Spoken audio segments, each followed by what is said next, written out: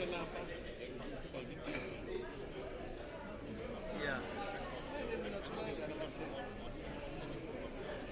Okay, you're not supposed to be walking down.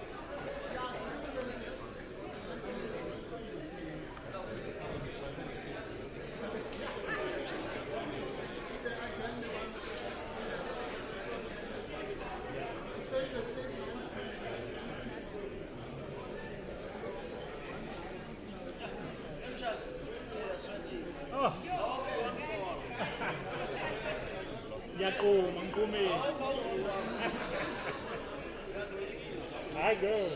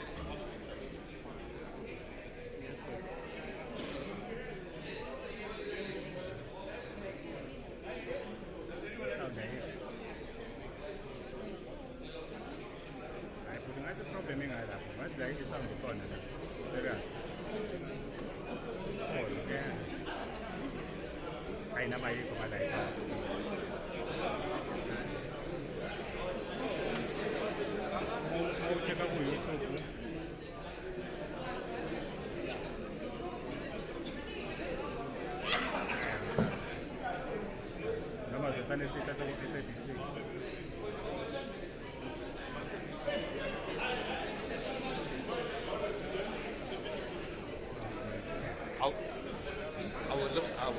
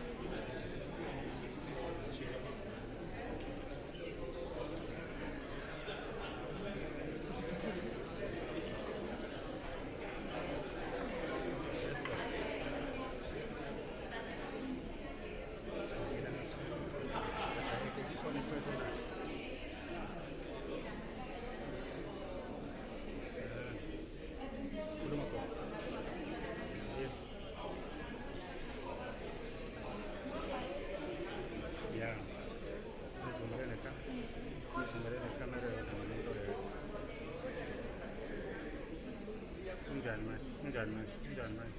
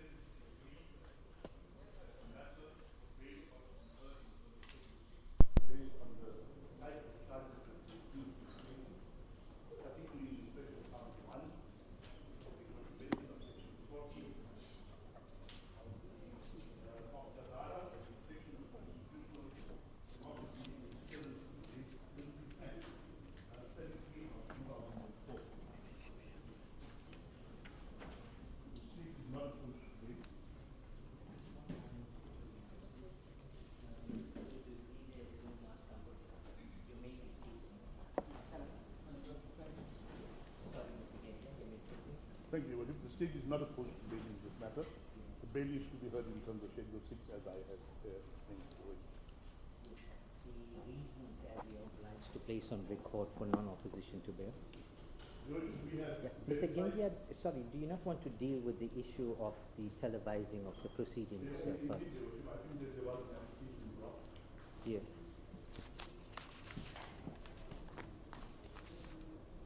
Thank you.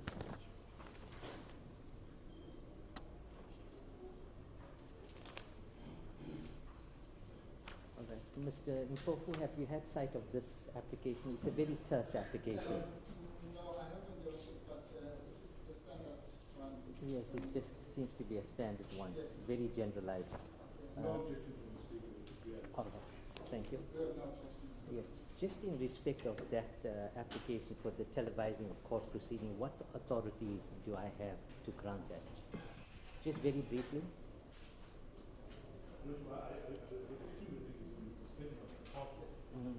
It has become a practice in all of our courts, including our video courts.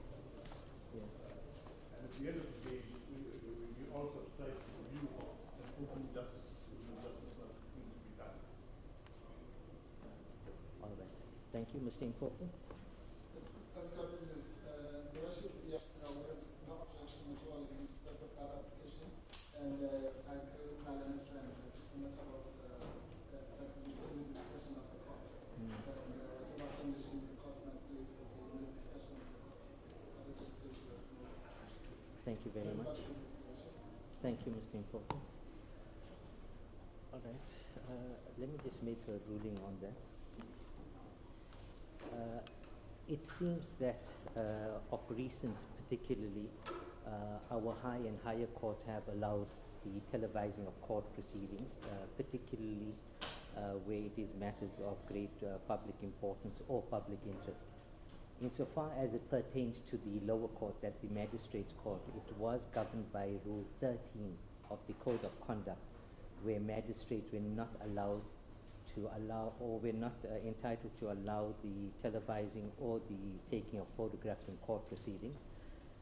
This persisted and continued to be under the Code of Conduct for Magistrates Court.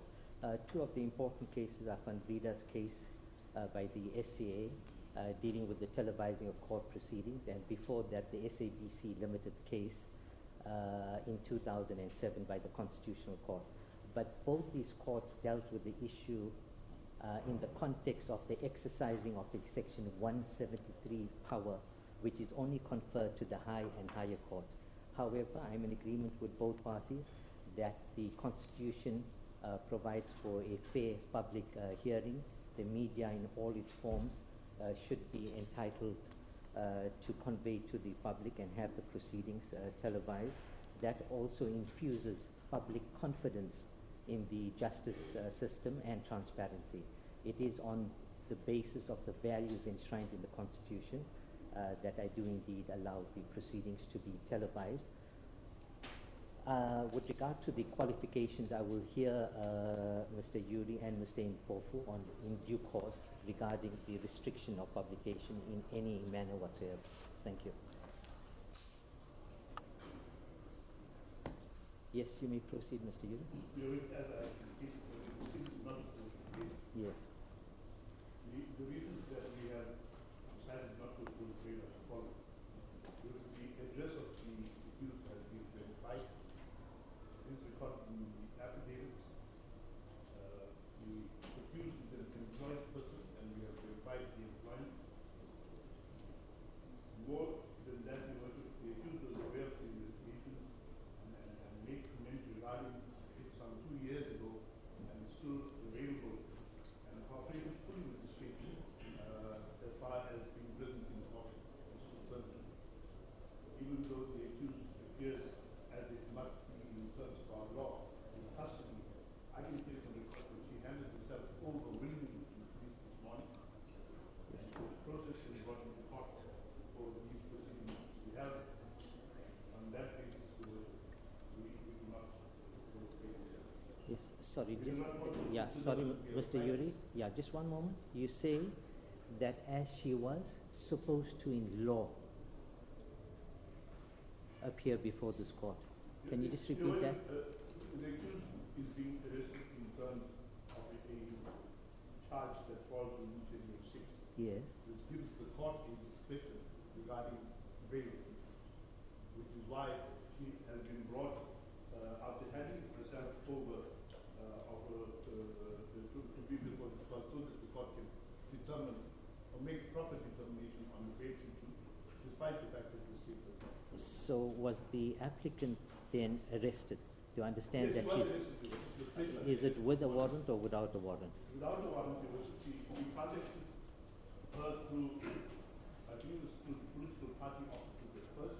Yes. And then we got contact with her legal representative, and arrangements were made for her to be brought in this morning, which she did, and she presented herself to the investigation officer. Very good process of having her analyzed. Yes, I asked that because it seems to me from your address there's a bit of conflation between the two processes. One deals with the arrest, which is a separate process, and then the issue of remittance on bail or otherwise, which is also a separate process, which is within the discretion of the court. We do not want to deprive that is the word, the cost of that discretion, which is why it is customary for us as the prosecution, when a person is charged in terms of Schedule 6, place the person before a presiding officer in custody. Thank you. For a presiding officer, as the law requires, to make the determination in the bail process as to whether the onus on an applicant in the Schedule 6 application has discharged the onus of presenting in certain circumstances to the judge. Yes. And it's a process thing that we have, and in the end, it's a work discussion regarding the bail. Yes. The state, as I indicated, is not supposed to do. Further than that, we have assessed that the accused is not a flightless, and the likelihood of any interference with witnesses is minimal.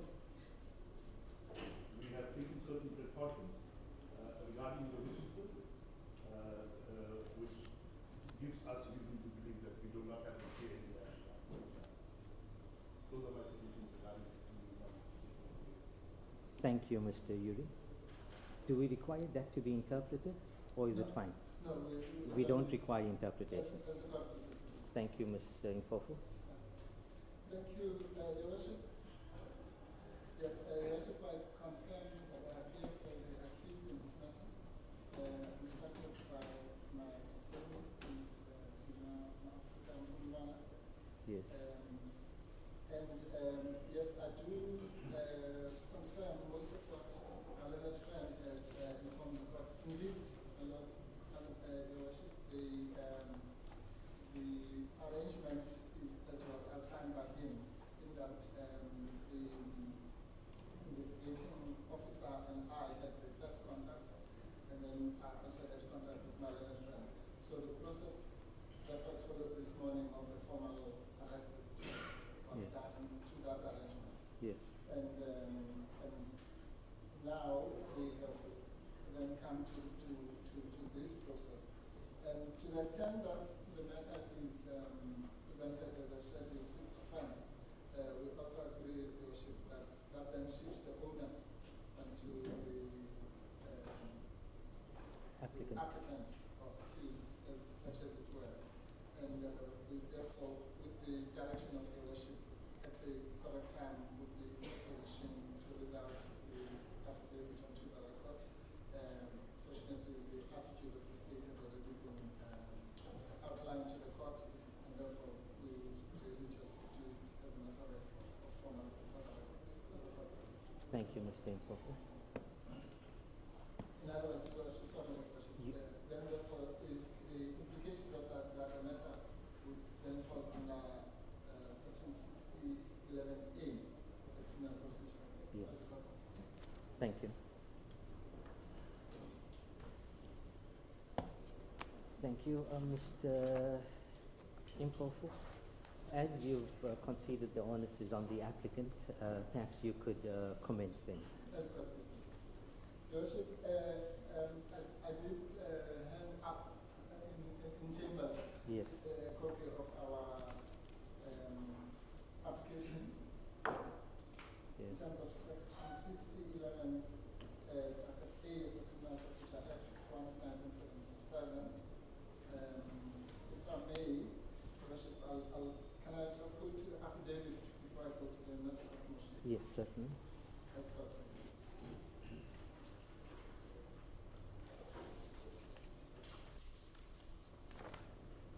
Your Worship, also with your permission, if I may be permitted to leave out some of the personal details, but obviously they are as reflected in the affidavit. Yes, certainly. As a court basis.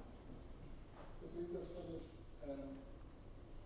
I, the undersigned, Duduzile Zuma-Sambudla, do hereby make a witness state that I'm an adult female born on the dates that are outlined there. I'm an applicant in this application for bail pending my child. First, in my personal knowledge, unless stated otherwise, and to the best of my belief, true and correct. Make submissions of law and just on the advice of my legal representatives. Whose advice I accept. The content is as follows. We've, for the convenience of the court, put it in separate headings to deal with some of the requirements of the law. I'll start at paragraph 4. I have been charged with incitement to commit the offense of terrorism and incitement to commit the offense of public violence, the exact details of which are unknown to me, but I understand these charges and the seriousness of the same, and I intend to plead not guilty thereto. That is when the trial starts. 5. Although I have not yet sight of the complaint or the summary of facts, I'm aware of the long-standing rumors and innuendos about the messages which are sent from my social media accounts, mainly on the Twitter platform, in connection with the general uprising which had already erupted in KwaZulu-Natal, and Gauteng provinces, in reaction to my father's imprisonment in July 2021. Although I do not deny having sent some messages which have been misconstrued, I am of the strong opinion that no court can find that the violence in question occurred as a result or in connection with any incitement or any conduct on my part. The two things are utterly unconnected, causally or otherwise, in any sense envisaged in our criminal law. My conduct was only informed by my particular sense of outrage at the injustice meted out on my own father. This went much further than the objections of his political supporters and millions of other peace and justice-loving South Africans who, like me, did not participate in any acts of public violence, either directly or indirectly. I also hold the strong view that the charges are malicious and politically motivated. They are aimed at settling political scores with my father by the current regime. Evidence in this regard will be led during the trial. Suffice at this stage that I am confident that a case of malicious prosecution will be well and easily established against the National Prosecuting Authority at the appropriate stage. I have instructed my legal representatives to pursue that action. 9. It is plainly nonsensical and petty to interpret words which are used, such as, quote, I see you, unquote, to mean that the people referred to or were influenced by my social media commentary. The mere fact that it has taken the state almost 4 years to work out whether a small number of social media messages constitute, quote, terrorism, unquote, speaks for itself and is an indication that the NPA is clutching at straws with a very weak case. 11. I have been informed that the charges proffered against me constitute a Schedule 6 offense and that I bear the onus to prove on a balance of probabilities that there are circumstances, that there are exceptional circumstances, so it's what it should be, yes, and that the interests of justice require that I be granted bail. Then the facts we are placing before the court. In this regard, I wish to place the following facts before this court, this honorable court. I'm currently residing, I'll also limit the headings in as well, just for the record. Yes. Permanent residence, movable and immovable property. I'm currently residing at the address indicated there, where I have been residing for 13 years. The property belongs to the company that's mentioned there, the company owned by my estranged husband. I do not own any immovable properties in my own name. That place. I was born in Mozambique, in Maputo, and I am a South African citizen. My ancestral home is Kwajuni, Ghana, in the province of KwaZulu-Natal, where my father currently lives. And another family. I am legally married, but separated, and live with my 2 children, namely, and then the names of the children and their ages are outlined there, Your Worship. Yes. Following the separation, I am the custodial parent and primary caregiver to my minor children. They both attend school in Johannesburg. Employment. I'm currently employed or engaged as a member of parliament in the National Assembly in Cape Town, having been duly elected as such in terms of the electoral laws of South Africa during the recent May 2024 elections. As a representative of the Umkhonto weSizwe Party, which is the official opposition party in South Africa. I'm also duly elected, I'm also a duly elected member of the Pan-African Parliament, in which I am the Southern Caucasus chairperson responsible for the SADC region.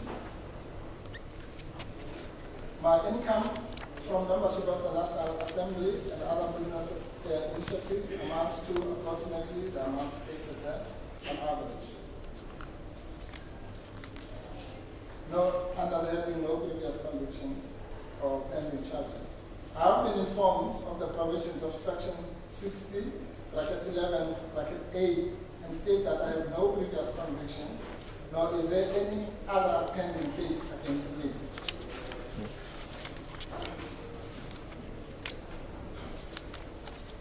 No likelihood to endanger public safety or commit Schedule 1 offences.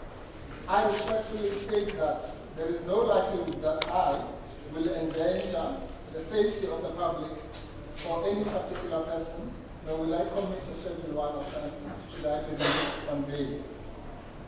The offences for which I am charged were committed almost 4 years ago under specific unprecedented circumstances which are unlikely ever to repeat themselves. Undertaking not to interfere with state witnesses, which my learned friend addressed. I will not make any contact with any state witnesses, nor have I attempted to do so. In fact, I'm not aware of the identities of any witnesses. I also understand that the major part of the evidence is based on transcripts or screenshots of social media messages rather than human witnesses, save possibly for expert and non-partisan witnesses. Any possible interference with such witnesses would be futile and senseless. No flight list and undertaking to stand trial. I respectfully state that should I be released on bail, I will stand my trial and that I do not constitute a flight risk. In this regard, I place the following on record. 1. This matter goes back as far as 4 years back. It has been lingering in the air for a long time.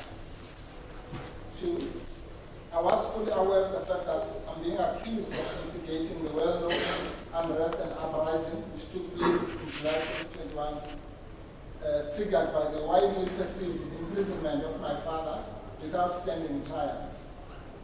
Many South Africans, rightly or wrongly, viewed that as an affront to our constitutional democracy and reminiscent of apartheid-style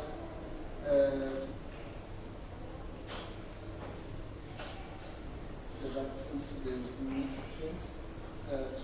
Should read apartheid-style tactics. Thank you.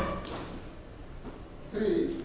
Despite these allegations against me, and knowing there was a high probability of a criminal case being investigated against me, I have always returned to South Africa. In the circumstances, I submit that the history of this matter clearly shows that I'm not a flight risk and that I will stand my trial in this matter. And then Your Worship will deal with the crucial matter of exceptional circumstances in terms of this section. Yes. From paragraph 26 onwards. In addition to what is stated above, this matter also exhibits the following exceptional circumstances. 1. The evidence will probably be mainly led by experts. 2. Unlike all other persons who have been labeled as alleged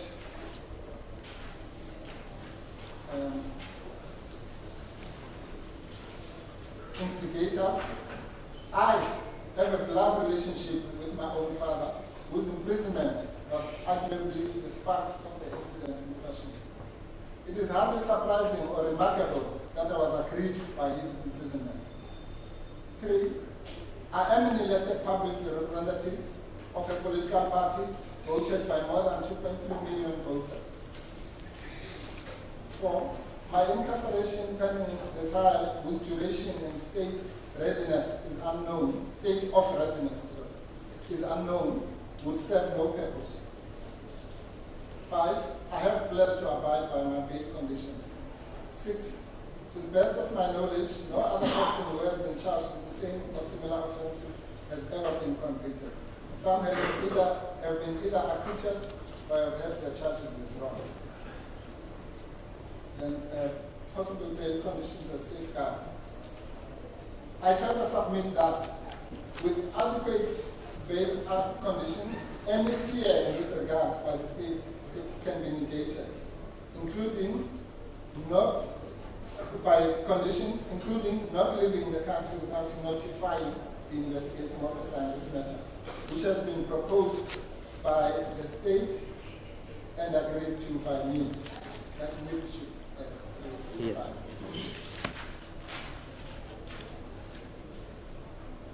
And then the affordable bail amount.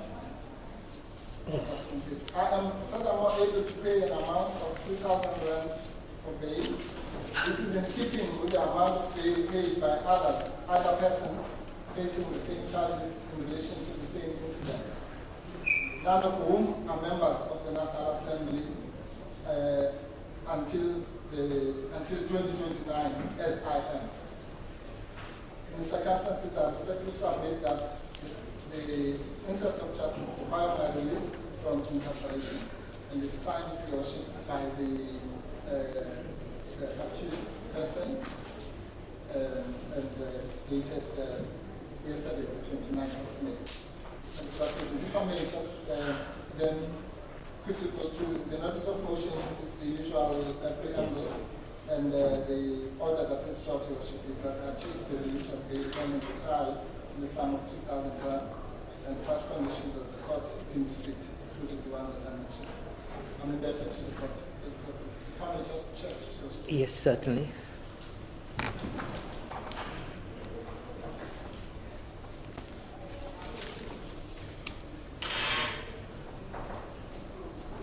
That's correct. Thank you, Mr. Impofu. I apologize for interrupting. There was an important oversight, I think it's because we waited so long to start. Before the accused is asked to confirm the statement, can she also be warned that any comments made in the statement may be used against her in Yes, I would do that in due course. as per I just thought that we had Yes. forgotten.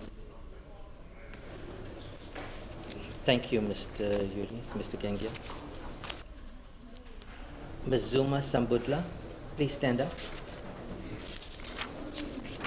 An affidavit deposed to by yourself has been handed in by Mr. Impofu on your behalf in support of your application to be remitted on bail in this matter. In the affidavit, just after paragraph 20, actually in paragraph 21, on page 5, you disclose that you have no previous convictions and no other charges, pending charges against you. I am obliged to caution you that it amounts to a criminal offense to give incorrect information regarding your previous convictions in any country and or pending charges. Do you confirm that that information in your affidavit is indeed correct? Thank you. I'm also obliged to warn you that this affidavit, the content of this affidavit, the facts that you have alluded to in support of your release on bail may be used as evidence against you at any possible trial. Do you understand that? Do you still wish this affidavit to be handed in as evidence? You're okay with that? Thank you very much. You may be seated. For the purposes of record, the affidavit by the applicant Duduzile Zuma-Sambudla, consisting of some 9 pages, together with the notice of motion making it 10 pages, is marked Exhibit A. Yeah. Mr. Impofu, there's just one technical matter. Under regulation, I think it is 3 or 5 of the regulations under the Commissioner of Oaths Act. Yeah. The Commissioner of Oaths must put their full names and their full business address. It's just a technical thing. So I see there is a stamp, but the full names appears not to be here, although the force number is here. Yes, Worship, we did deal with that actually when the statement was being made, and we were assured by him, as a hint, Yes. that the stamp, insofar as it indicates the place, and it's a broad place, but Yes, it's yes. is normally sufficient. But the Worship is quite correct. So are you requesting that I condone that in view of the stamp? All right. That's perfect. Thank you. Mr. Yuri, no, yeah, sorry, Mr. Yuri, no objection to that? No. Thank you. Thank you, Mr. Impofu. Thank you, Worship. While on my feet, Worship, we kindly request the court to order the media in in the event that the statement, these days, these things Yes. go around, that the parts that were not read out in court should not be published. Thank you. That's Mr. Gengia, no objection to that? I have no objection to you. We have likewise been very careful not to include in our affidavit certain pertinent information which the investigating officer has, not to just a little bit of. But I have no objection to you, sir. Okay, can I make that ruling now, immediately then? Thank you. It is hereby directed that the media in all its forms is not to publish the addresses disclosed in the applicant's affidavit in support of a release on bail marked Exhibit A, as well as the names and ages of her children, which when Mr. Mpofu had read out the affidavit had omitted those parts for the reason that it is not to be published. As I've understood that request, it is because of security concerns just in general, nothing specific. So it is hereby directed that the addresses disclosed of the applicant in Exhibit A, and I see there are some addresses in the affidavit of the investigating officer as well, in paragraph. That will also apply to that affidavit. Yes, in paragraph 8. A similar directive would apply in terms of the addresses disclosed in the investigating officer's affidavit, which is yet to be read and handed in as evidence. So there shall be no publication. Thank you.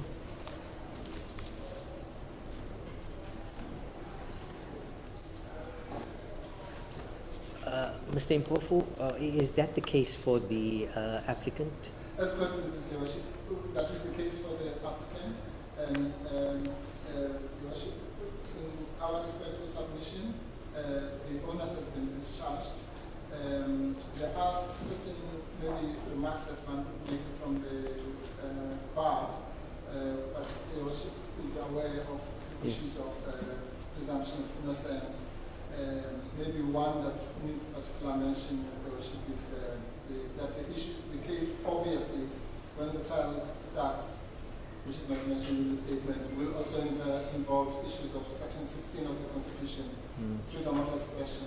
Your Worship knows that that provision of the Constitution obviously has an exclusion, which relates to so-called incitement of imminent violence. Yes. So, but those are debates that will be held at the trial.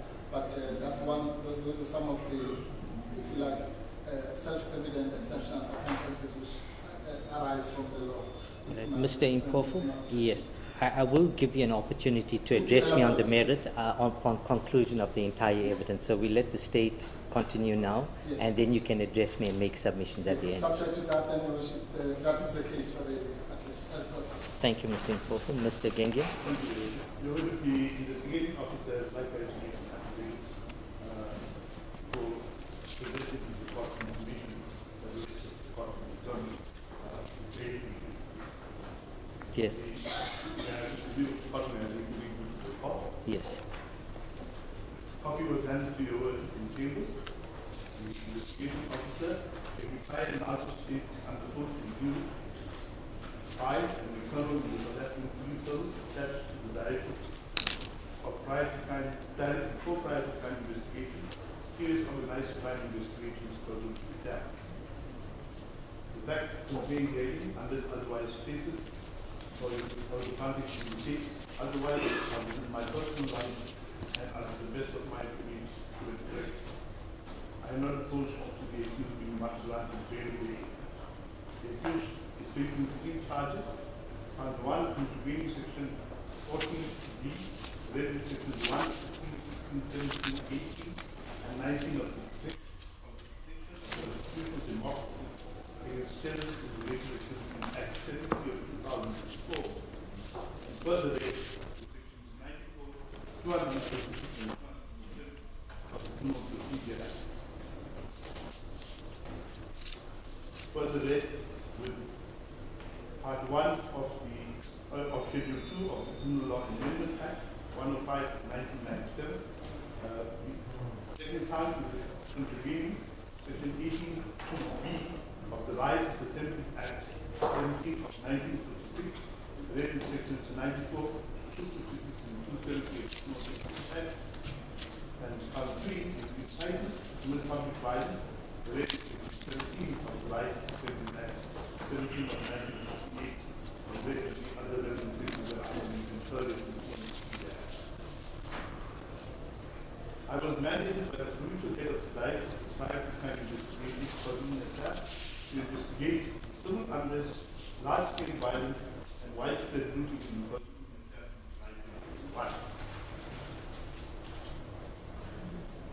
the above-mentioned unrest and public violence followed the incarceration of former State President Mr. Jacob Zuma with regard to the ruling of the Constitutional Court in respect of the application brought by the Zondo Commission of inquiry into state capture. I am part of the team in KwaZulu-Natal that was comprised to investigate allegations of incitement, orchestration, instigating, commanding, counseling, influencing, and aiding and abetting, encouraging, instructing, and influencing a specific sector of the general public of the Republic of South Africa to crime, the result of which,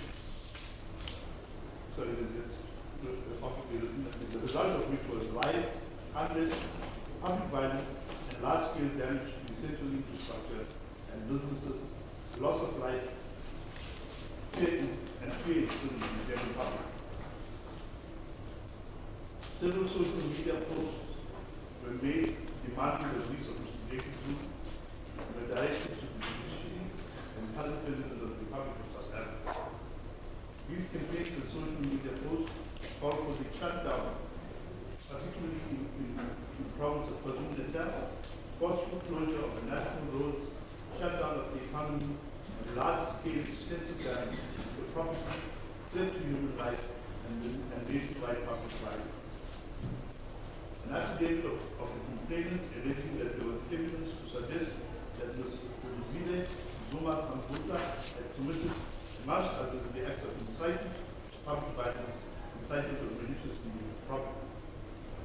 These were allegedly committed by unlawfully and intentionally publishing words likely to persuade, provoke, or to urge persons to violence, or producing imminent criminal offences likely to incite or produce the offensive measure. This she did through the social media account. Further investigation supports the allegations by saying.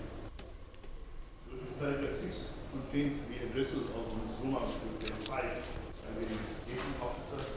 Yes. And she concludes that she has at least 4 bank accounts. We have the numbers in our petition, but I have deliberately not put them into the affidavit for security purposes. She is known to be married to Mr. Duduzile. There is no information suggesting that she was righteous, and it is signed and commissioned as filed. We believe, unfortunately, that the inclusion of the evidence is Thank you. Mr. Impofu, you've had sight of, of the investigating officer's affidavit. Indeed, Your Worship, I have. Thank you very much. That's good, Mrs. Thank you. There will not be any further evidence. All right, let me just mark this as an exhibit. The affidavit by the investigating officer B. Nazo is marked exhibit B. Thank you. That is in states evidence as far as Thank you very much, Mr. Gengia. Mr. Impofu, any address on any matters you think is relevant or any information for me to exercise my discretion? Thank you, Your Worship. I'm indebted to Your Worship. Yes, Your Worship, in our respectful submission, the affidavit sufficiently addresses the requirements of the law. Yes. In particular, as Your Worship well knows, that in addition to the so-called ordinary circumstances, flight risk and the usual, in terms of section 1611A, the accused person also has the extra onus of establishing exceptional circumstances.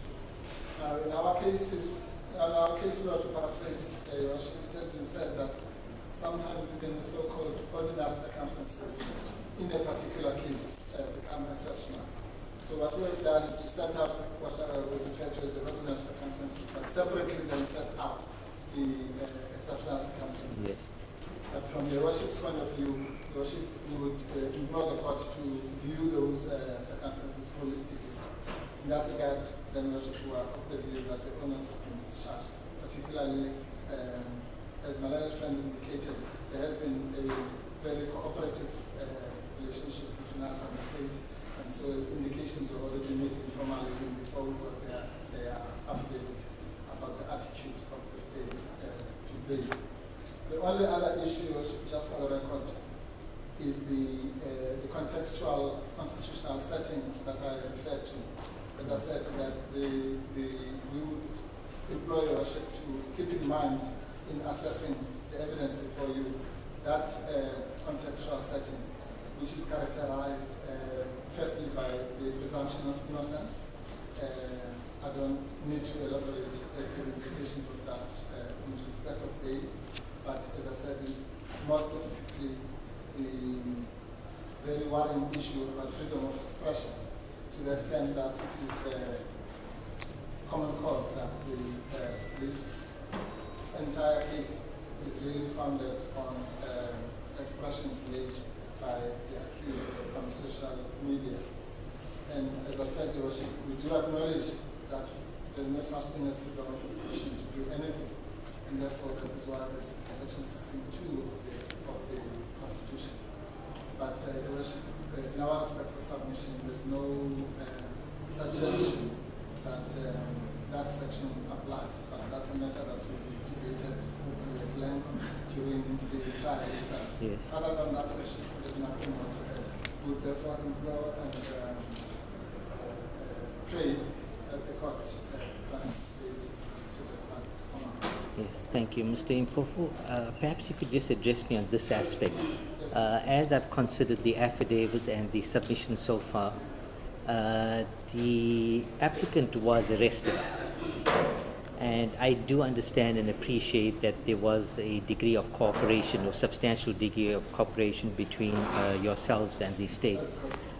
But my issue is that this, from reading the affidavit, it seemed that these relate to an incident, the July 2021 unrest relate, and that the investigations would have commenced not long after that, it seems. Yes. So we down about 3 years and 7 months or so, or 4 years as you put it, just short of 4 years. Yes. So why, what occurs to me is that why was the accused arrested? If the state has made various submissions that she's not a flight risk, in fact, it's all positive submissions made by the state. Her address has been verified. I'm just a bit concerned, and I'll ask Mr. Gengia to address me on this aspect. Why was it necessary to secure her attendance at court by virtue of an arrest? If all these factors which are favorable to the accused, not a flight risk, member of parliament, and then so many years have passed since this incident. Yes, if I could just hear you very briefly on that. Thank you. Your Worship, indeed. Well, let me just say, Your Worship, maybe to preface the response to your question, that the entire business of this case is rather bizarre. Particularly in relation to the length of time that it has taken, as indicated in the statement, simply to inspect what 4 or 5 or whatever number of social media posts. Surely that's not an exercise that should take even 4 hours, let alone 4 years. But be that as it may, Your Worship, we appreciated that for whatever reasons, legal and illegal, depending on what will be found by the High Court when those issues are explored. The state saw it fit to succumb, for lack of a better word, to some pressure either from the complainant or other protesters by doing what it did 4 years later. But on the specific issue of the arrest, Your Worship, I must say that in maybe in favor of the state, that particularly given my own interactions for the past 10 days or so with the investigating officer, Colonel Nazo, and then subsequently my learned friend, as a worshippers remarked, the attitude has really been professional, and that has been handled professionally.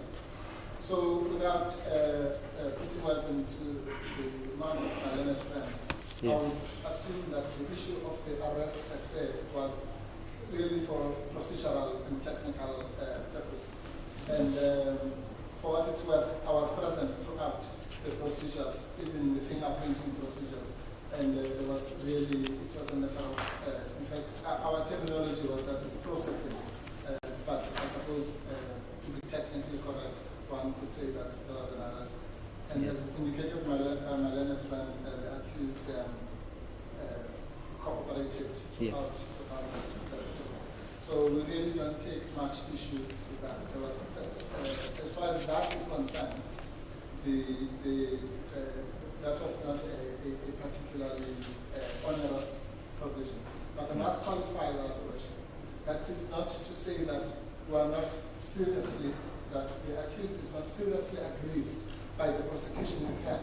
Yes. So we don't want one day somebody to say, oh, but you said it was all fine. No, it's not all fine.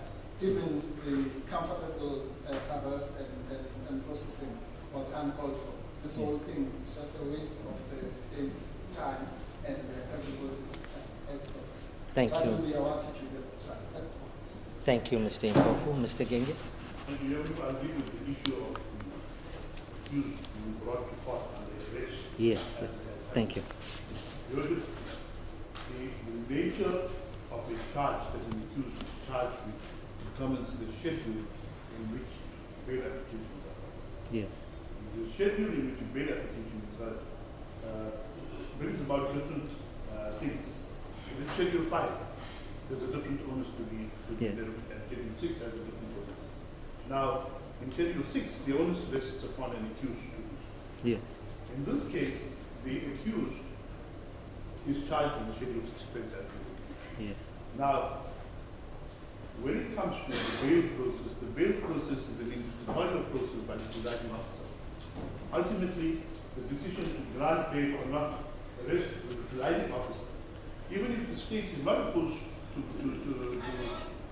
bail for an accused, Yes. the presiding officer can say, nonetheless, I find that you have failed to discharge the onus of showing exceptional circumstances exist in the interest of justice and therefore refuse bail. Now, Your Worship, the court cannot make that consideration for an accused who is brought before the court who is not under arrest. You can only make a court can only make that consideration when an accused is brought under arrest. If an accused is brought here by someone, we then deprive the court of the rights that it has, of the duty that it has, to make that inquisitorial finding regarding bail.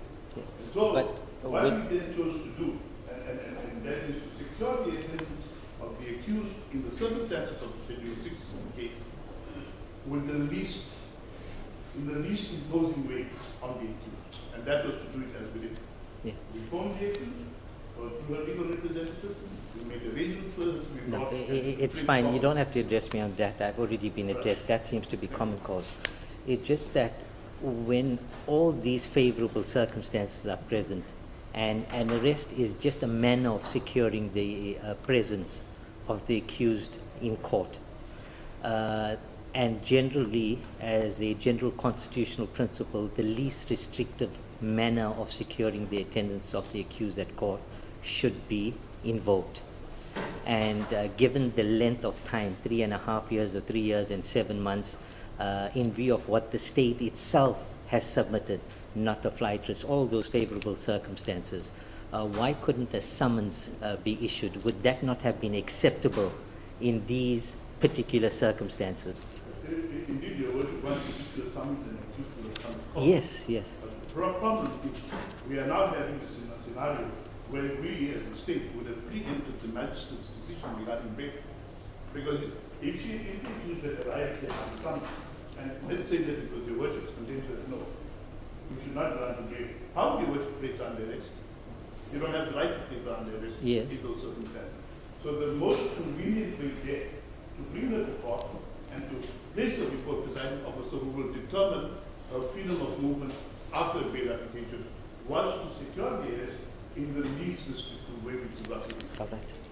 Thank you, Mr. Gengia. Yes. I can assure you that in the state and my colleague will confirm, every step was taken to ensure that the least restrictive means of securing the accused sentence for court bail was employed. Yes, that's fine. there was That's possible- common cause. Yes, it is common cause. Yes. On the issue of the history, we did contemplate. I'm just starting to recall the case, but there is a case for the deals with this. Yes. We did contemplate issuing something at some point. Yes. And then we were guided by the fact that if we did that, we would deprive your worship the opportunity of determining the bail issue. And so therefore, we have done it in this manner and with the least movement. So it was done for the convenience of the court. Well, no, it was done so that we didn't deprive the court to Yes. exercise its duty as far as bail. No, thank you, Mr. Gengia. Then my colleague might want to address you.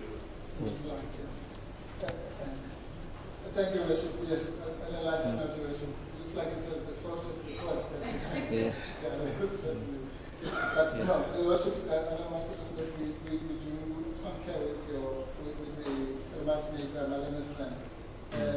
Just for the sake of the record, if you look at the Criminal Procedure Act, Worship, as you know, the way it's structured is you have the introductory sections, then you have the arrest, then you have Section 50 onwards, the bail, and so on. So that's really a chain up until the trial and appeals and so on. Yes. So it's a chain, and I agree with my learned friend that it would seem that it was viewed by the state as necessary to go through that chain for the sake of formality. Yes. But without repeating myself, Worship, whatever concession we make in that regard must not be read to deprive us of any opportunity to say that both the arrest and the prosecution are unlawful, but not unlawful in the sense of the technicality of whether in the manner in which it was effected. Yes. Unlawful in the sense that it's part of something that, in our respectful submission, at the right forum, we will submit, was totally uncalled for. Yes. And maybe just for the sake of completion, to say that A, as indicated in the statement, we hold instructions to bring a case of malicious prosecution at the right stage. But before that, or at the appropriate stage, I think, we also intend to proceed in terms of Section 179(5)(d) of the Constitution, Your Worship, which says that the National Director of Public Prosecutions may review a decision to prosecute or not prosecute after consulting the relevant Director of Public Prosecutions and after taking representation within a period specified by the NTPP from the accused, the complainant, and any other party whom the NTPP considers relevant. So those are the safeguards that we will be taking on our side. Thank you, Mr. Ipofu. Yes, certainly. Section 179, which my colleague referred to now, that he intends to approach the National Director to reconsider the decision. Yes.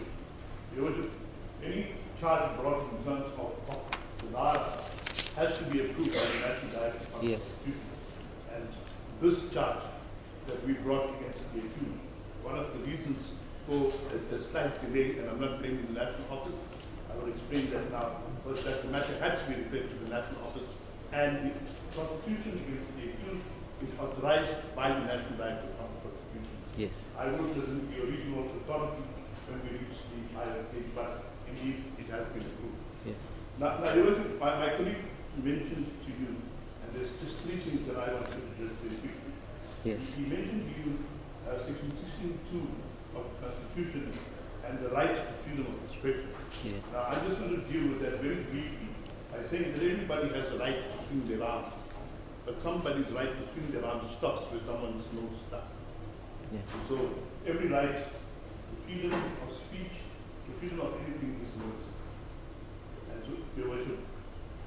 No one has an unfettered right to do as they please. The evidence has been collected. There is a very strong case against the accused.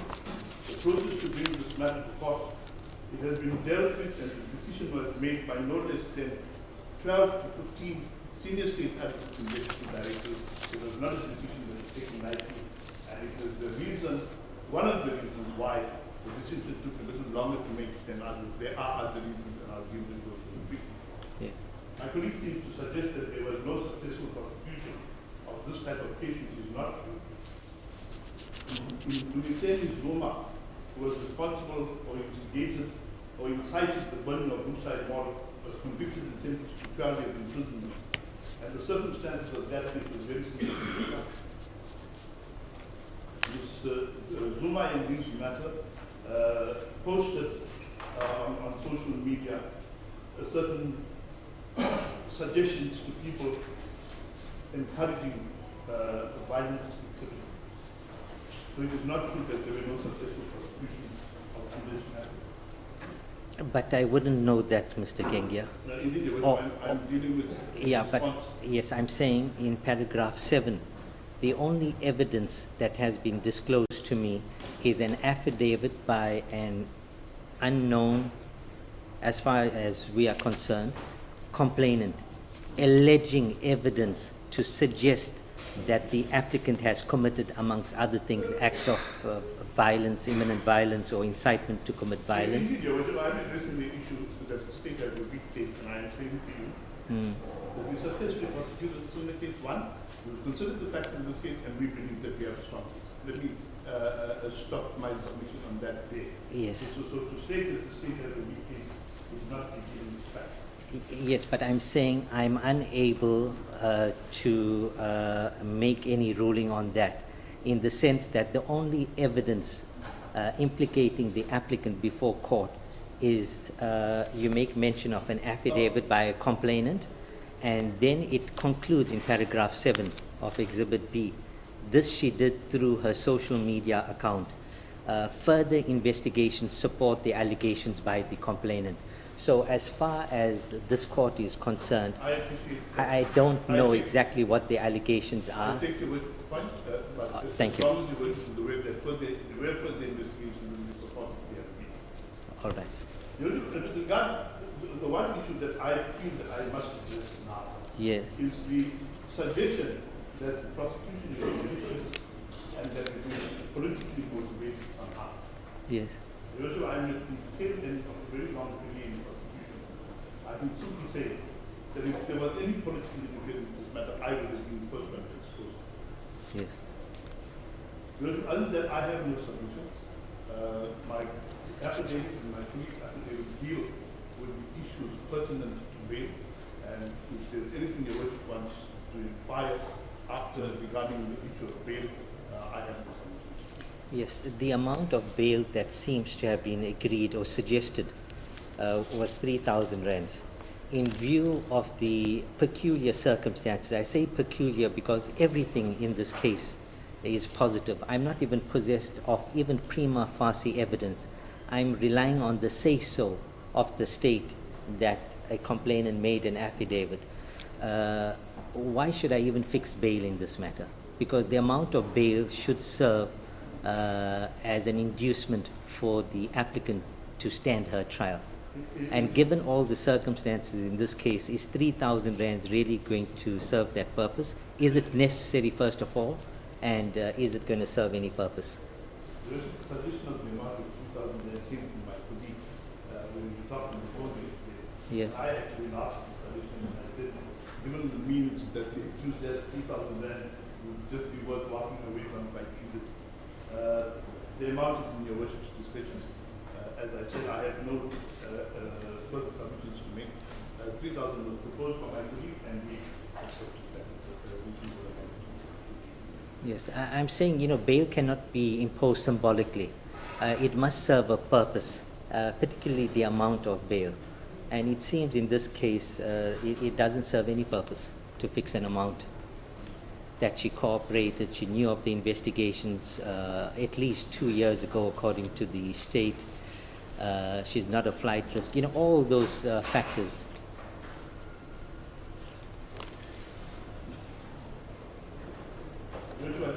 colleague was invited and I conceded to that amount because it was the standard amount that was imposed On the all other, but I okay. appreciate what you were Yes. and ultimately the decision is in your hands. No, Mr. Gengia, thank you for your candidness. Thank you. Mr. Mpofu, anything in Yes, rebuttal? yes, thank you, Worship. Just a few matters of reply to the record.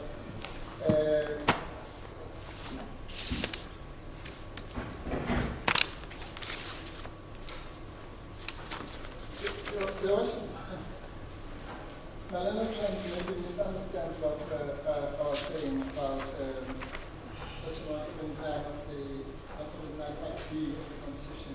Yeah. Of course, notionally, Your Worship, we all know as lawyers that notionally all prosecutions are authorized by the National Director of Public Prosecution through delegation or Yeah. direction.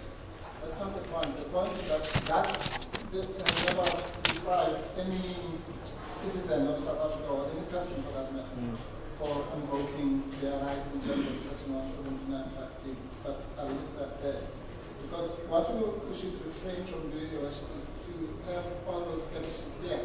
Yes. Those commissions will be done at the appropriate forum. Yes. So even to the extent of whether the prosecution is malicious or politically motivated, that is not a matter that can be debated here. We're certainly not accusing my learned friend of being the politician behind this. So if in the unlikely event in his version that there was such interference, it would have been at a much higher level anyway. Yeah. The third point, Your Worship, is that the issue of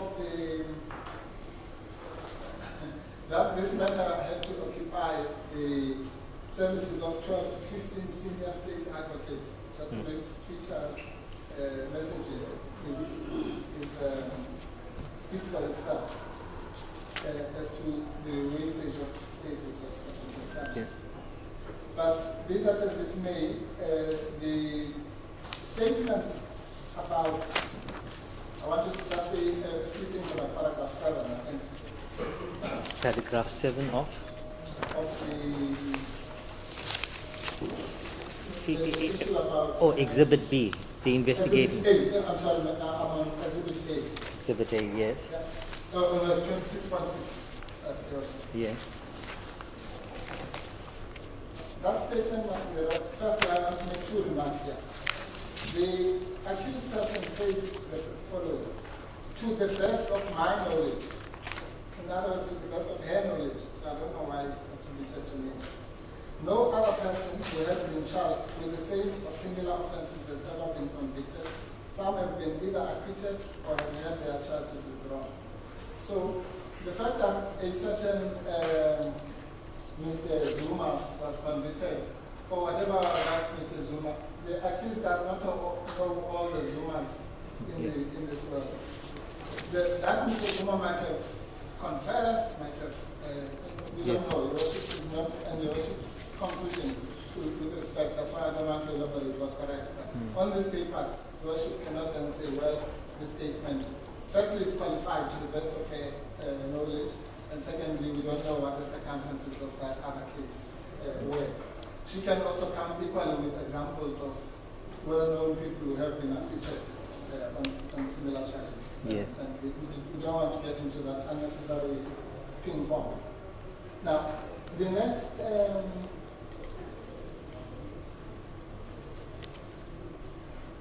yes, those are our submissions, Your Worship, because the purpose of Your Worship today is very simple. It is not to delve into the merits, only insofar as they impact on the issue of bail, and the Worship has made that clear. The last issue, Your Worship, is the issue of the amount. Yeah. It's not strictly true that this was proposed by the accused. What actually happened is the following: that in a discussion that we were having with my learned friend, they were suggesting a higher amount. Let me just say that. Yeah. A much higher amount, and our stance was therefore that well, and I'm paraphrasing the discussion. Well, if you are going to fix an amount, then it cannot be more than that has been fixed. to other similar accused. And in fact, my learned friend even said, well, but she's not the same. And I said, well, are you really, is the state's position that she's going to be treated differently from other people? And after that, then the consensus was reached. But without what is known as snatching at a bargain, we agree fully with your worship that and my learned friend, this is a matter that's entirely in the discussion with the court on the totality of the facts before you. And on the totality of the facts before you, it cannot be denied that the amount is at best symbolic. And therefore, the worship is not in the business of symbolism. Then the worship is at large to fix a low amount or no amount at all. That's the purpose. Thank you, Mr. Mpofu.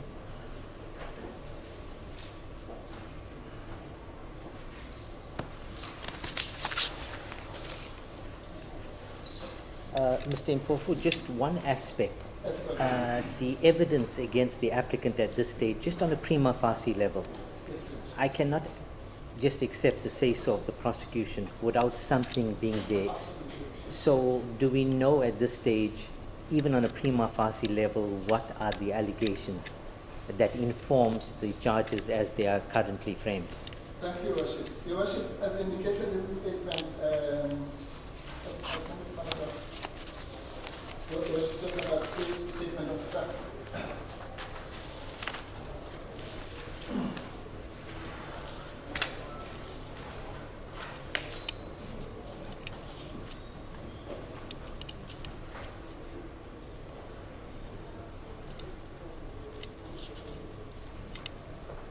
Oh yes, paragraph 5. Yes. Although I have not yet at sight of a complaint or the summary of facts, I'm aware of the long-standing rumors and innuendos and so on. Yes. Your Worship, that's a very critical question that Your Worship has raised. Your Worship is totally correct that the only thing in front of this court is that there is an unnamed complainant somewhere. Just from the bar, I'd say that yesterday I heard in the news that there was some person who claimed to be the complainant. Yes. I don't know how far true that is. From our point of view, and that person is Mr. Paul O'Sullivan. But from our point of view, we have not yet, Your Worship, received the docket or any document. In fact, even the charge sheet, my learned friend kindly took photos and sent it to me yesterday, just so that we could complete the affidavit. But as matters stand, Your Worship, there is absolutely nothing except messages which are still on Twitter, by the way. Everyone can read them. It's not like she just then went to delete them. Those messages have been there for 4 years, and as we indicated, the most dangerous thing said in those messages is, I see you. Yes. So, Yes, but Mr. Mpofu, yeah, sorry to interject, but I'm asking this question insofar as it pertains to the application for bail before me. I understand the due processes where the accused must be informed with sufficient particularity to adequately prepare defense, but I'm referring now to the matter before me. where we are now. Yes. So there doesn't seem to be, beside the say-so of a complainant, we don't know exactly what are the allegations, and the state seems to be linking Social media posts. yes, you have disputed any causal or other link, etc. So for the court assessing the bail, what prima facie, if any, evidence do I have before me implicating the accused? None. You have none, Your Worship. On the contrary, you have exculpatory statements from the accused without, if you were talking about the notional scales of justice. So on the one side of the scale is the exculpatory statements, on the other side of the scale is nothing. All right. That's correct. Thank you, Mr. Mpofu. If I may, Yes. you say that you have several Yes. investigating officers. We are here in order to present the state's benefit of the entire state case. We For are sure. here to secure the attendance of the accused at court and to demonstrate that we do have a case in prima facie. Yes. Paragraph 7 clearly makes it that there is an allegation by a person that deals with certain offences that may have been committed, and then the last line says, further investigation support the allegation. And so, that is clearly a suggestion that we have secured evidence through investigation that support the allegation that she unlawfully and intentionally, by publishing those words, committed the crime of incitement to violence. So that issue of prima facie eligibility seems to be on the Western mind. Yes. In my view, it's addressed by paragraph 7. Do you think it's adequately addressed for the purposes of the bail application?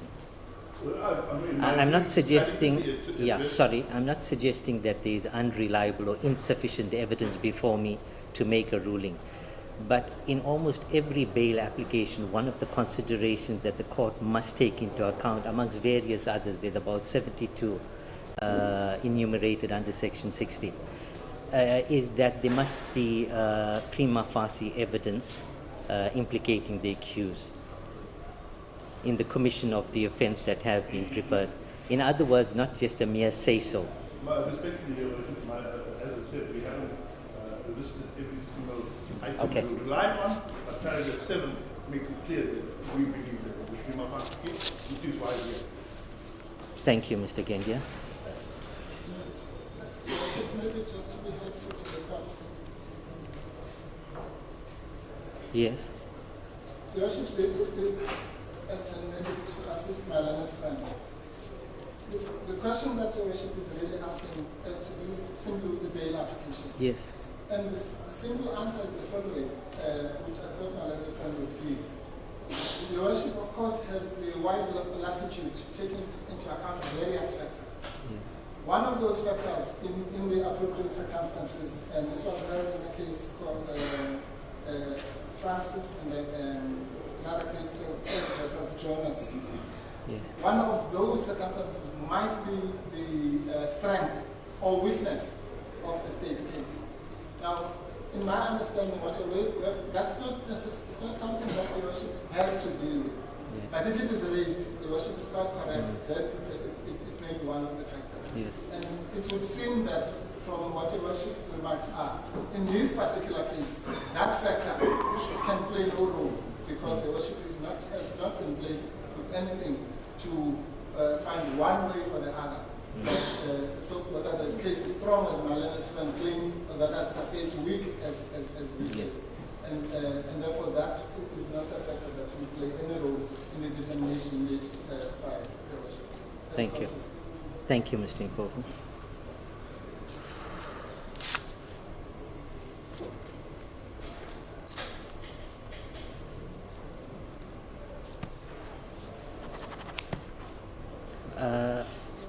Mr. Gendia, just one other aspect. Is the matter still going to be postponed for further investigations? No, Your Worship, the meeting I think you and I have agreed that the matter, I have been likely to serve upon the accused one to determine the issue of bail, and the matter will be transferred to the High Court for the trial. The investigation is complete, Your Worship.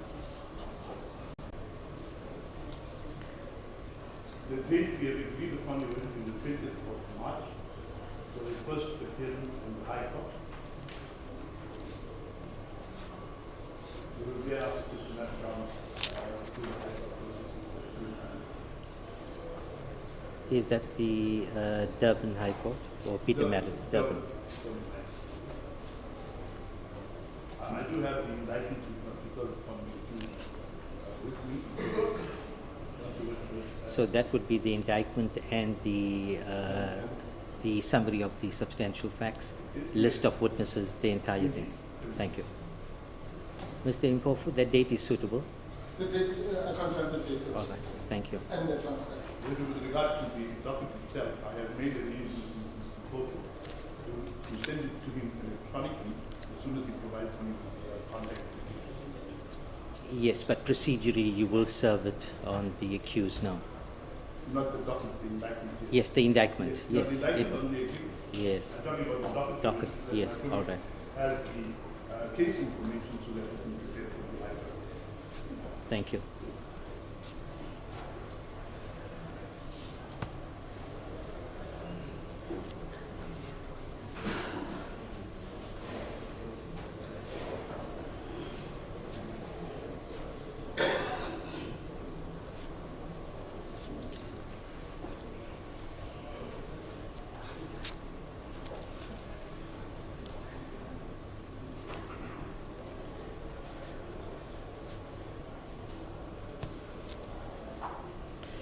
Thank you.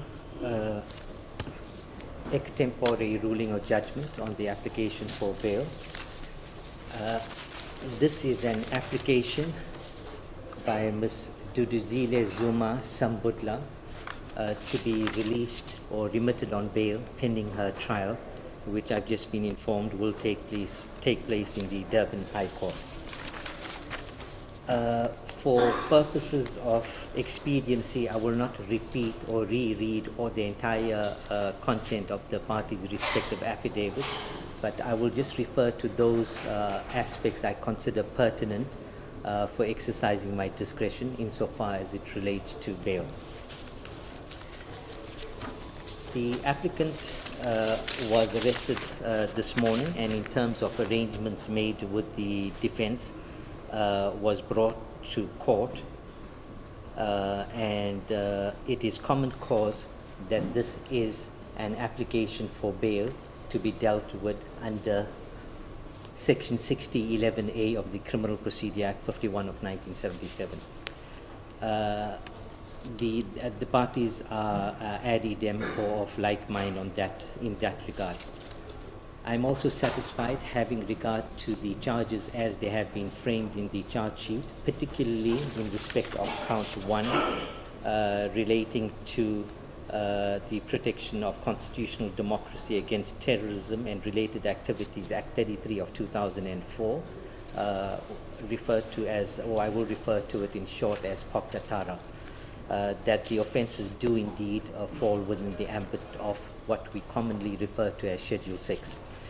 In terms of Section 6011A, an accused person faced with an offence which falls within the ambit of Schedule 6, the law provides that such person shall be kept in custody until given a reasonable opportunity to adduce evidence to satisfy the court that exceptional circumstances do indeed exist, which, in the interest of justice, permits the release of the applicant on bail.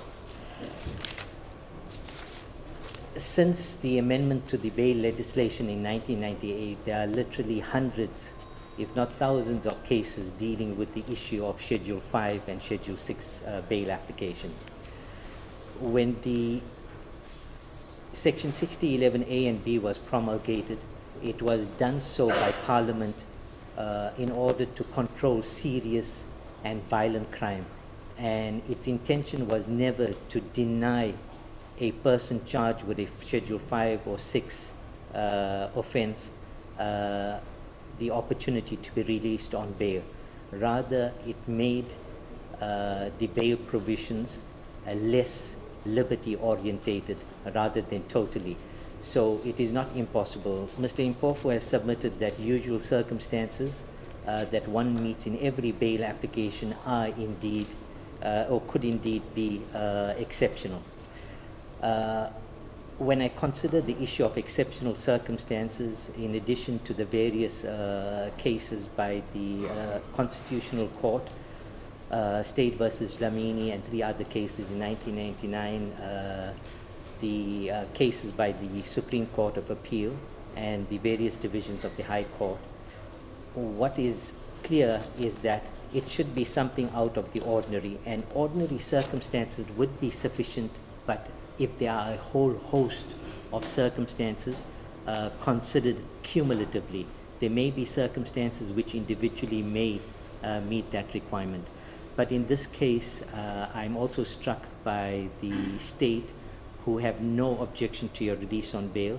They have placed on record, as they obliged to the reasons therefore, all your favorable circumstances, coupled with the attitude of the state in not objecting to your release on bail.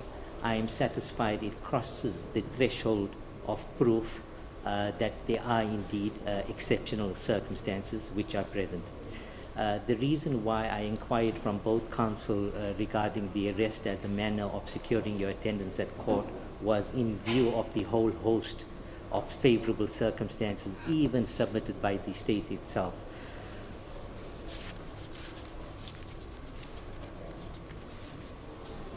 There is nothing in the affidavit of the investigating officer to even remotely suggest that there would be any risk in releasing you on bail. There has been no conditions that have been submitted, and I don't think I could, but I don't think in this case there are any reasons or basis for me to impose any conditions on you with regard to your release on bail.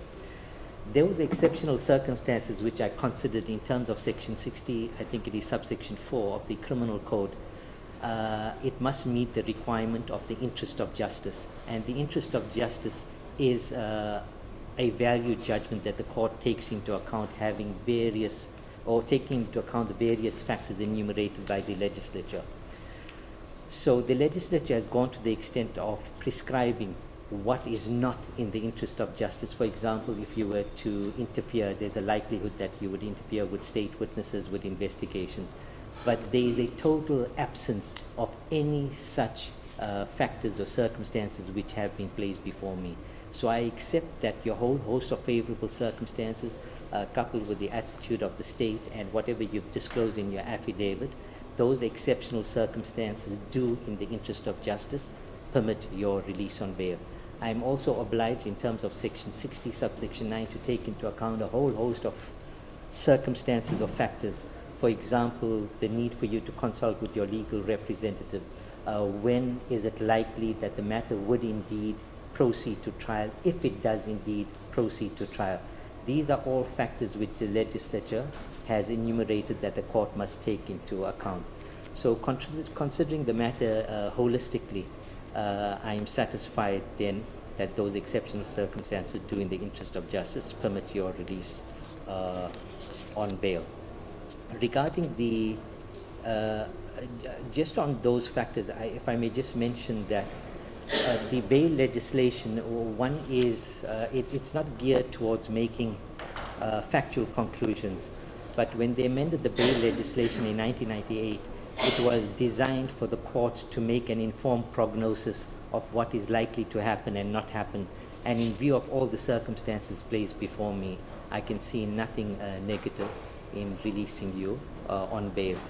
The amount of 3,000 rand was suggested. I think, although not directly implicit in the submissions by the state, is that perhaps it has some degree of symbolism attached to it. I don't think the court should be in the business of making orders which are symbolic. We should be dealing with the matter as the facts appear before us, and having invited the parties to make a submission thereon. I therefore decline to fix an amount of bail. In terms of Section 72 of the Criminal Procedure Act, I think all the circumstances in this case point to you being released on warning in terms of Section 72 of the Act.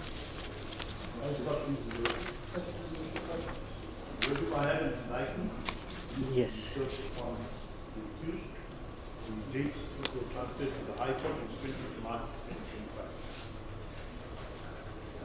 Thank you.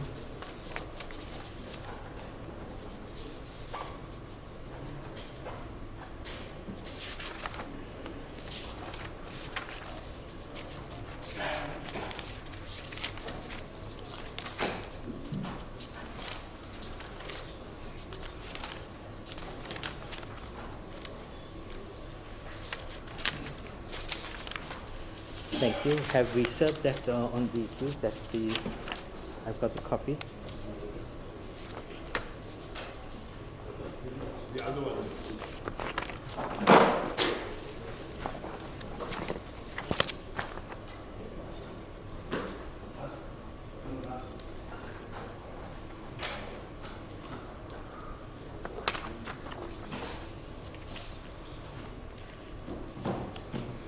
So for the purposes of a record, the indictment which include the summary of the substantial facts consisting of 5 paragraphs, and the list of witnesses is marked Exhibit C. And I confirm, Ms. Zuma-Sambudla, do you confirm that you've received the indictment? Okay, and it contained the summary of substantial facts and the list of witnesses. Thank you very much. I confirm that it has been duly served. And don't you have a notice of trial as well when we serve it? The notice of trial is attached to the copy that we given. Oh, it's not on this copy. All right. So, Ms. Zuma-Sambudla, the matter is transferred to the Durban High Court, which is currently just housed in the opposite end of this building. I see there's no court specified, but I'm sure Mr. Mpofu will assist in that regard. For the 20th of March this year at 8:30, the matter is being postponed as a provisional date. So depending on what happens, and the matter will then be adjourned either for a pre-trial and then a trial, but depends what happens. But please report to court that the Durban High Court on the 20th of March this year at 8:30. Should you fail to appear, a warrant for your arrest will be authorized, and you may then be kept in custody pending finalization of this matter. Do you understand, Ms. Zuma-Sambudla? Do you understand? Thank you very much. Okay. Mr. Mpofu, anything? Your Worship, I'm afraid there is Yeah. just a small thing. Your Worship, yes, we've just now been served with the indictment. Yes.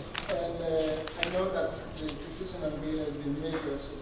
But since this is a matter of public interest, I would like to remark on the fact that this so-called terrorism charge, Your Worship, seems to be out of sync with what my learned friend said was the complaint. According to him, the complaint was as incitement to public violence and incitement to malicious injury to property. So it's just to say, Your Worship, once again, at the appropriate forum, it's the issue of malice will be dealt with, because it's not clear now where the terrorism came from. It seems to be just a need to create drama and to elevate this to a Schedule 6 offense artificially. And I'm not, again, accusing my learned friend personally, but it's a matter of concern. Just to be said that this whole business smells something fishy. Mr. Mpofu, I think those issues, Mr. Gengia, you intend to bring or make representation to the National Director. Although it has been authorized by the National Director, we obviously know that when representations are made, it includes representations by the accused, as opposed to just considering the state's case. So that's always at your disposal, but it can be sorted out in due course. Thank you.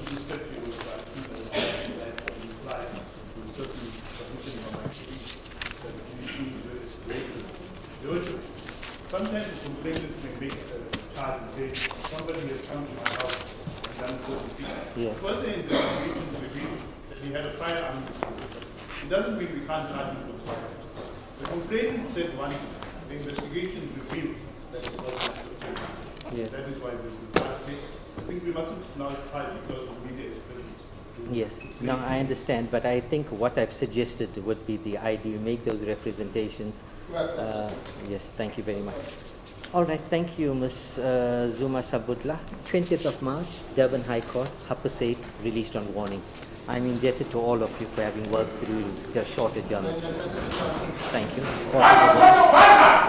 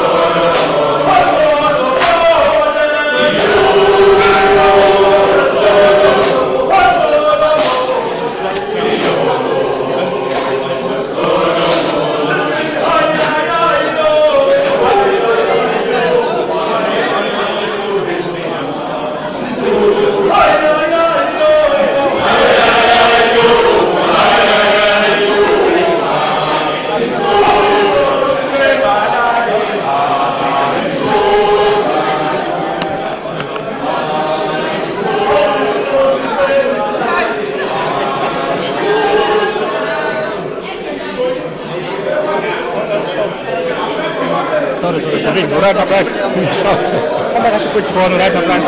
Sure.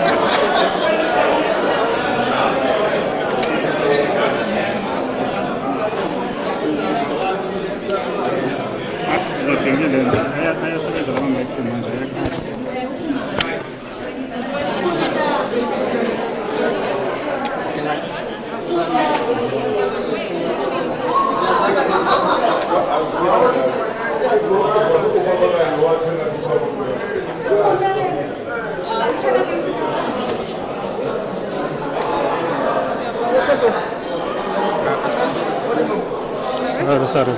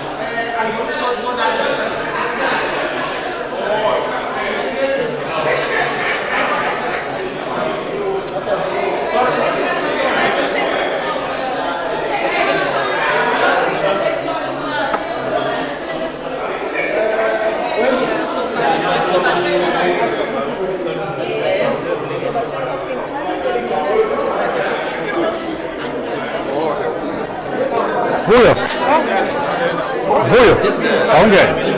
Woza nezinto.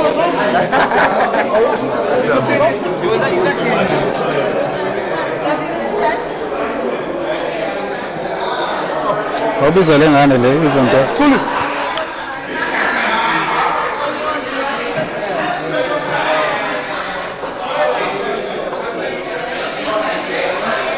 Ngifuna ukulendo. Ngifuna ukuhamba nayo ke.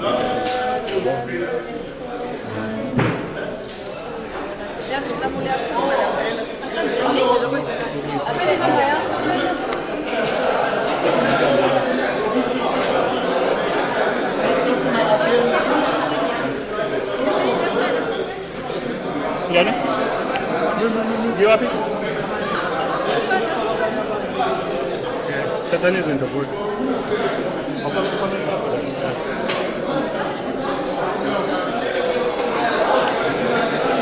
Uma la kuyo kana.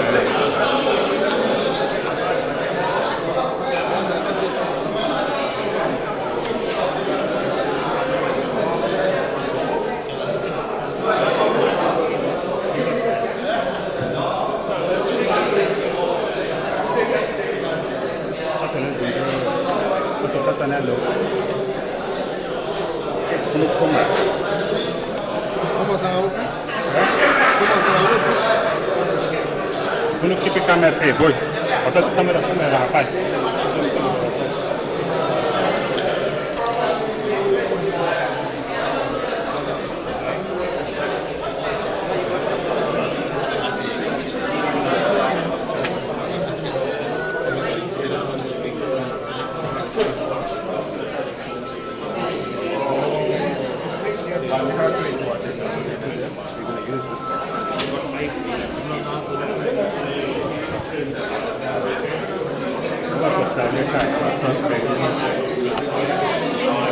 Yogi ki pala hai.